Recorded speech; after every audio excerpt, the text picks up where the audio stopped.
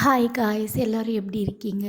இன்றைக்கி நம்ம என்ன பார்க்க போகிறோம் இந்த வீடியோவில்னா, நம்மளோட ஃபெய்த்தை பற்றி பார்க்க போகிறோம். ஃபெய்த் அப்படின்றது ரொம்பவே முக்கியமான விஷயம், அப்படி இல்லைங்களா?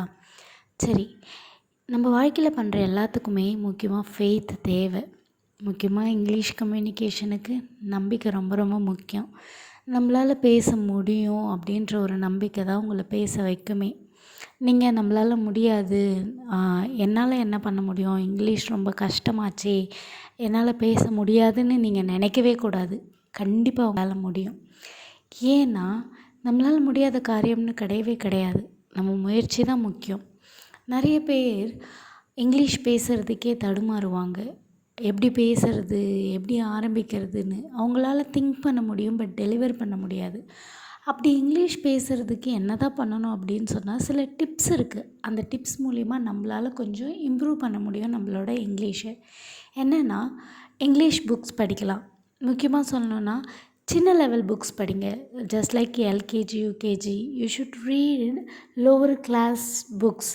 ஸோ எல்கேஜி, ஃபர்ஸ்ட் ஸ்டாண்டர்ட் இந்த மாதிரியான லோவர் கிளாஸஸ் புக்ஸை நீங்கள் படிக்கிறது மூலயமா கொஞ்சம் நீங்கள் கற்றுக்க முடியும்.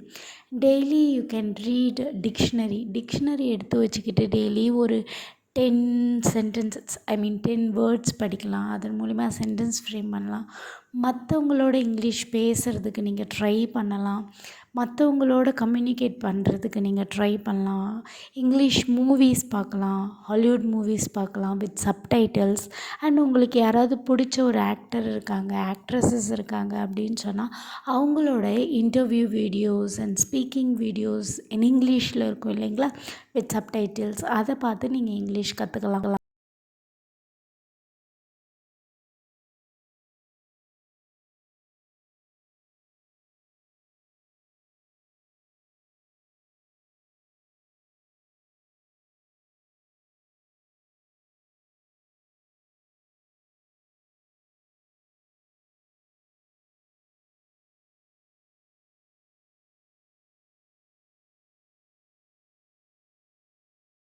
For example, I want some காஃபின்னு இருக்குதுன்னு வச்சுக்கோங்க. ஐ வாண்ட்டை மட்டும் அப்படியே வச்சுக்கோங்க.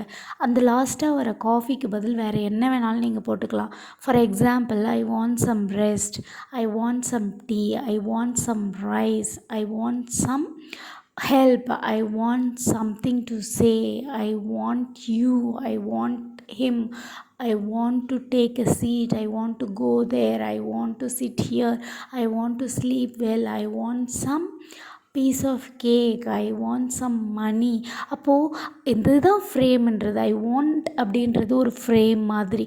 அதுக்குள்ளே நீங்கள் என்ன வேர்டு வேணாலும் மாற்றி போட்டு நீங்கள் ஒரு சென்டென்ஸ் ஃப்ரேம் பண்ணலாம் இல்லைங்களா?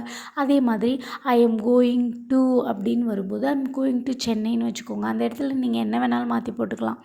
I am going to Madurai, I am going to Delhi, I am going to America. இந்த மாதிரி என்ன வேணாலும் நீங்கள் மாற்றி போட்டுக்கலாம். அதே மாதிரி I want to see you அப்படின்னு இருக்கிற இடத்துல யூக்கு பதில் I want to see the movie, I want to see the elephant, I want to see the zoo, I want to see the message, I want to see the book, I want to see the picture, I want to see my mom, I want to see my dad அப்படின்னு நீங்கள் என்ன வேணாலும் மாற்றிக்கலாம். So it is a frame. So when you know the frame of the English structure, sentence structure, then it will easy to create own sentences and communicate to other people.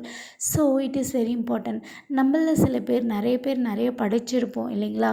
சிலர் 3 degree முடிச்சிருப்பாங்க, சிலர் 4 degree முடிச்சிருப்பாங்க, சிலர் இன்ஜினியரிங்னு எவ்வளோ பெரிய லா படிச்சிருப்பாங்க, பெரிய படிப்புகள் கூட படிச்சிருப்பாங்க. ஆனால் அவங்களுக்கு சிலருக்கு இங்கிலீஷ் பேசுகிறதுன்றது ரொம்பவே ஒரு பெரிய விஷயமா இருக்குது. அது பெரிய விஷயமே கிடையாதுங்க. நம்ம பேச ட்ரை பண்ணுறது தான். நம்ம புக்ஸ் படிக்கிறது மூலிமா நிஜமாக நிறைய கற்றுக்கலாம். டிக்ஷனரி படிக்கிறது மூலிமா நிறைய கற்றுக்கலாம். இதை நீங்கள் உங்கள் டே டு டே லைஃப்பில் ஃபாலோ பண்ணிக்கிட்டே இருந்தீங்கன்னா கண்டிப்பாக என்றைக்காவது ஒரு நாள் நீங்கள் ஃப்ளூயண்ட்டாக பேசுவீங்க.